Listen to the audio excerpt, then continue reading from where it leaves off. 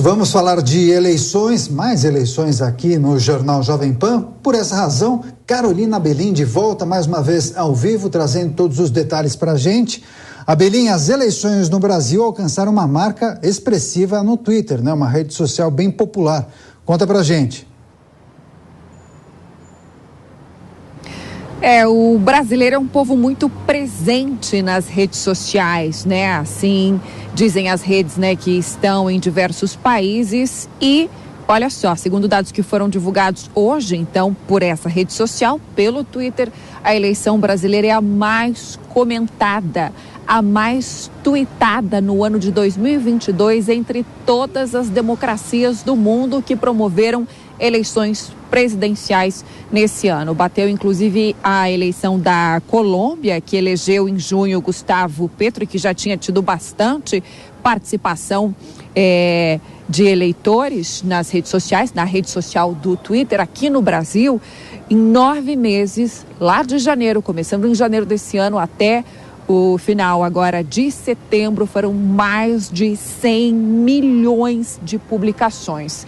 Os assuntos mais comentados pelos eleitores: corrupção, economia e, infelizmente, se juntando aí nesse trio, nesse ranking, né, de 3 principais assuntos, violência eleitoral. Lembro a vocês que, conforme um acordo, uma parceria, né, feita entre o Twitter e o Tribunal Superior Eleitoral, toda a busca feita relacionada às eleições na rede social, o primeiro link que aparece é um tópico, né?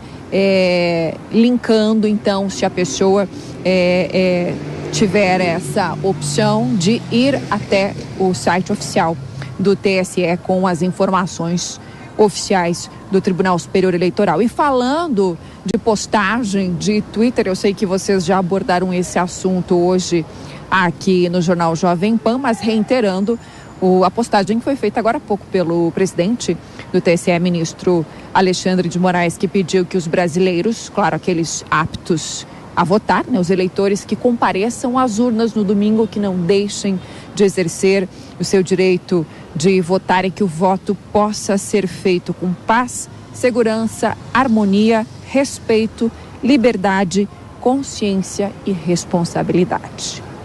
Volto com vocês aí no estúdio. Isso, Carolina Abelim trazendo todos os detalhes e também falando um pouco desse engajamento do brasileiro no Twitter, especialmente quando tratamos de eleições. Boa noite a você, seguimos agora com mais opinião com os nossos comentaristas. Constantino, você, digamos, é um heavy user do Twitter, né? Tem muitos seguidores, até quero saber quantos seguidores você tem no Twitter, Constantino? 1.300.000, Daniel. É muita gente. Agora, você tem observado um engajamento maior do público brasileiro, não somente no Twitter, mas nas redes sociais, para tratar de política? E o quanto isso também pode ser um termômetro para a discussão do dia a dia, para analisar o que dá certo, o que não dá certo? Isso é algo positivo? Sem dúvida que é, né? Na verdade, quando o Obama, por exemplo, aqui nos Estados Unidos, usou muito as redes sociais, isso foi um fator elogiado por muitos jornalistas. O Twitter é uma rede muito escolhida por jornalistas. E isso foi muito elogiado. Ele está se comunicando com os mais jovens, é uma rede dinâmica. Quando o Trump soube usar tão bem assim a rede social, aí começou a mudar, né? Aí virou um problema tóxico, tinha que controlar, regular, e a pressão foi feita sobre as próprias empresas que comandam essas praças públicas da era moderna. Então, no Brasil não foi muito diferente, né? A direita aprendeu a usar o Twitter. É até curioso ver que enquetes feitas no quintal de militantes de esquerda acabam dando invariavelmente Bolsonaro, por exemplo, como escolhido. E isso tem incomodado muita gente que fica pregando censura no Twitter, ou pelo menos controle, né?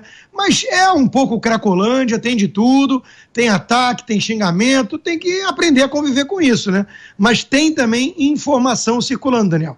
E isso é importante, a população brasileira despertou e não vai aceitar mais ficar de fora do debate público, não.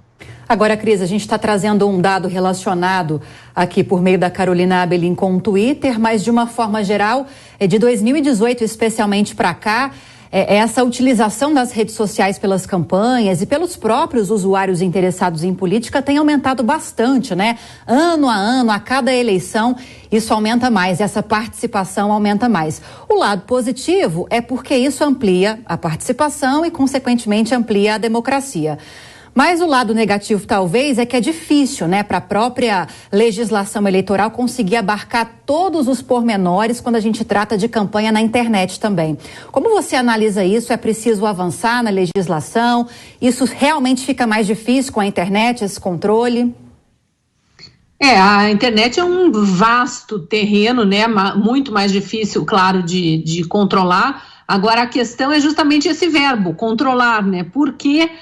controlar, a gente precisa ter regras, a gente tem redes estrangeiras atuando no Brasil contra a Constituição brasileira, banindo pessoas, colocando pessoas em shadow ban. Eu, por exemplo, estou em shadow ban no Twitter há meses que eu recebo um recado do próprio Twitter que eu ganho centenas, às vezes milhares de novos seguidores todos os dias e a minha base só diminui. A minha base de seguidores, ela aumenta e no dia seguinte diminui, aumenta e diminui. E as pessoas, os seguidores que estão lá, cerca de 350 mil, diariamente me informando, só vi tua postagem porque alguém compartilhou. Agora, por que isso está acontecendo se eu não recebi um único recado dessa rede dizendo, olha, você infringiu tal regra, apague tal postagem? Não. Então, se não houve esse comunicado, em tese, eu não poderia estar sendo punida. Nesse sentido, eu acho que sim, precisa de alguma regulamentação, o que é muito diferente dessa defesa de uma lei aí para determinar fake news, porque a gente não pode, de forma nenhuma, aceitar um Ministério da Verdade. Veja, os algoritmos das redes sociais, essas agências que eu chamo de agências de picaretagem, porque não checam porcaria nenhuma, checam opinião dos outros para dizer que a opinião está errada, porque, claro, você tem que concordar com elas, e elas só defendem o lado esquerdo, elas nunca querem aceitar opiniões conservadoras como certas. Então, isso tudo não pode estar associado a uma suposta verdade, e é o que está acontecendo por enquanto. O lado bom, realmente, como você disse, é que as pessoas estão mais engajadas, estão discutindo mais, a informação circula mais, então fica impossível um veículo de imprensa sair com uma informação sobre o Exército aí e querer achar que a lacração ali vai passar como verdade. No mesmo momento, o Exército emite sua nota com um baita de um selo de fake news junto, e toda a imprensa é obrigada a repercutir que aquele veículo espalhou informação errada. E, claro, quem dissemina a nota oficial do veículo que diz o que é verdade, porque diz respeito à informação que saiu de dentro dele, é a própria população usando as redes sociais. Então, esse lado é muito bom.